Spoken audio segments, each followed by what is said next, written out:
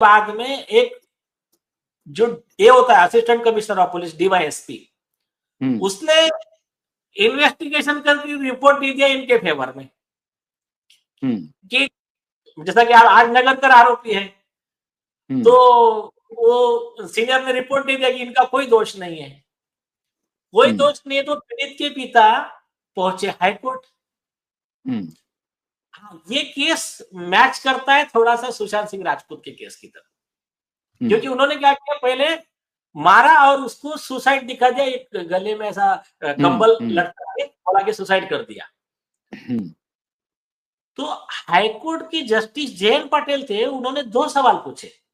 उन्होंने बोला कि बोले देखो जो आप बता रहे ना कंबल ये करा है, वो बोले वो WWF का रेसलर भी रहेगा तो कंबल ऐसा हाथ से फाड़ नहीं सकता, और वो फोटो दिखा रहा है कैंची से काटा हुआ है। और जब हैंगिंग होता है ना, मतलब जो उसका सुसाइड बाय ये, तो उसमें पीछे का हड्डी टूटता है और इसका इंटैक्ट है। 1-2 विषय थोड़ा मेडिकल के हाई टर्म में शॉर्ट में कंप्लीट कर रहा हूं।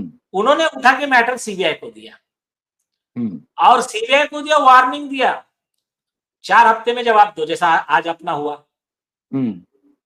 अब सीबीआई का बेचारे का प्रॉब्लम क्या हो गया, थोड़ा सा दूसरा और एक सीरियस मैटर आ गया था, तो वो 4 हफ्ते की बाद की डेट थी, उस समय कर नहीं पाए तो कोर्ट ऐसा छिड़ गया, जो सुनाया वो सीबीआई के अधिकारी को कोर्ट में, तो उसने बोला साफ सिर्फ 2 वीक। बोले ठीक है।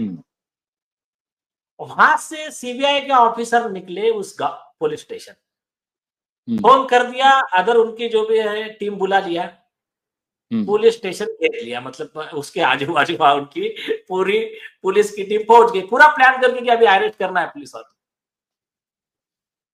वहां पहुंचने के बाद ये बहुत इंपॉर्टेंट है, अभी जो मैं वर्ड बता रहा हूं ना, बहुत इंपॉर्टेंट। ये केस में पीड़ित के पिता को पूरा सपोर्ट किया था मैंने, और उस केस में 17 पुलिस अधिकारियों को उम्र कैद के आसपास की सजा हुई थी। 17 पुलिस सजा हुई, उसमें से कुछ को उम्र कैद हुई, कुछ को कवर अप की सजा हुई, 17 पुलिस अधिकारियों का।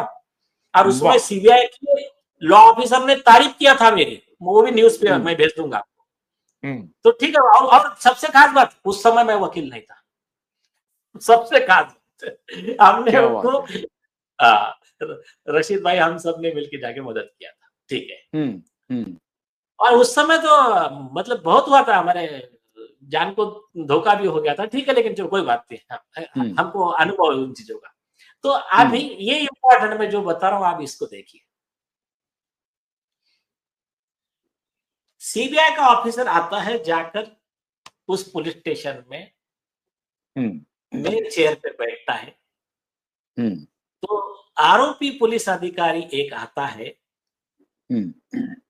सब बुलाया, लिस्ट निकाला, आकर इनके कान में थोड़ा बात करने का ट्राई करता है। सीबीआई को मतलब रेगुलर आदत पड़ी हुई है ना। सीबीआई का अधिकारी उठा, पकड़म सर मारा, दीवार पे धक्का दिया, तो लगाओ इसको हथकड़ी।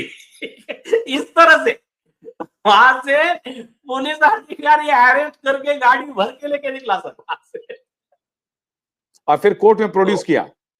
अरे फिर पुलिस कस्टडी। सुनो तो आगे का जोक ये हो गया। बोले अभी इंपॉर्टेंट चीज ये है, ये तो पहला पार्ट हो गया। बोले हमको इसमें क्यों आना पड़ा, क्योंकि पहला जो एसीपी था उसने गलत इन्वेस्टिगेशन किया। वो कहां पर है, तो बोले साहब वाशिंग में पोस्टिंग है। वाशिंग के एसपी को फोन लगाया,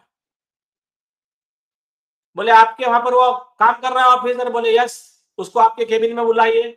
बुलाया, बोले बाहर 5 पुलिस वाले बुलाइए। बोले साहब बुला लिया।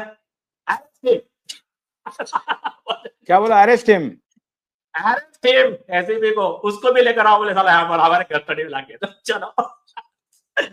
तो पहला इन्वेस्टिगेशन तूने साले बकवास किया करके तो ये सब हुआ ना। तो ये इस तरह से इन्वेस्टिगेशन होना चाहिए।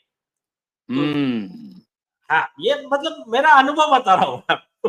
हाँ, नहीं तो एसएसआर वॉरियर आज आपका अनुभव सुन भी रहा है, पूरा देश सुन रहा है, और नए पुलिस कमिश्नर भी सुन रहे हैं, और होम सेक्रेटरी भी सुन रहे हैं, और भी सुन रहे हैं, और भी सुन रहे हैं, और भी सुन रहे हैं, बहुत सारे लोग सुन रहे हैं।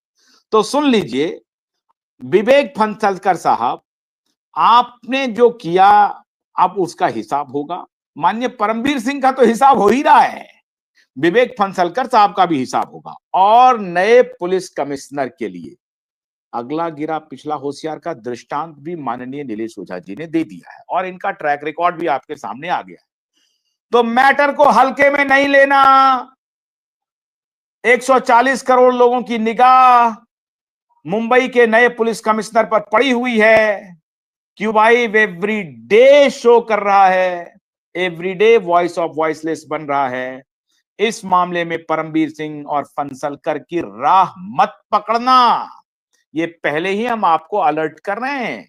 माननीय देवेंद्र जी भारती हाथ जोड़ करके कह रहे हैं, उनकी राह मत पकड़िएगा, वरना आप फिर फंसिएगा, क्योंकि फणसलकर फंसने जा रहे हैं और एसआईटी के जो अधिकारी हैं वो अरेस्ट होने जा रहे हैं। क्यों? क्योंकि इसके पहले माननीय नीलेश ओझा जी ने कई पुलिस ऑफिसर को किस प्रकार से अरेस्ट करवाया है, ये इनके साथ रिकॉर्ड है। एक और बात मैं अपने दर्शकों को कहना चाहता हूं कि दिल्ली के कुछ जो बड़े बड़े दलाल वकील हैं, जिनको आप जानते हैं, खूब बढ़िया से जानते हैं, नाम लेने की जरूरत नहीं है, ये उस प्रकार की दलाली नहीं चल रही है। यहां केस लॉ, कानून, एविडेंस, और उसके ऊपर तर्क, फिर उसके ऊपर तर्क, और सत्य को खोजने की पूरी कवायद कानूनी तरीके से, न्यायपूर्ण तरीके से हो रही। ना तो किसी को फंसाना है और ना ही किसी को छोड़ना है। तो न्यायपूर्ण तरीके से ये लड़ाई लड़ी जा रही है, कोई दलाली चोरी नहीं हो रही है। जो गुनहगार होगा उनको सजा मिलेगी, जो नहीं गुनहगार होगा वो बच के निकलेंगे। ऐसी लड़ाई चल रही है। तो माननीय विवेक फणसलकर जी, आपसे गलती हो गई, आपको भुगतना पड़ेगा, भुगतना पड़ेगा। और माननीय देवेंद्र भारती जी, मैं आपसे अनुरोध कर रहा हूं कि आज मेरे पास वक्त की कमी है, मैं इस मुद्दे पर दोबारा नीलेश जी से एक और चर्चा शुरू करूंगा। आज के लिए मैं नीलेश जी का आभार प्रकट करता हूं, बहुत बहुत शुक्रिया। कल अगर मौका लगा तो मैं एक बार आपको फिर तकलीफ दूंगा, लेकिन परमवीर जी, विवेक फणसलकर जी और देवेंद्र भारती जी, होशियार रहिए, हमारी नजर आप सब पर है। बहुत बहुत शुक्रिया नीलेश ओझा जी, बहुत बहुत शुक्रिया। नमस्कार।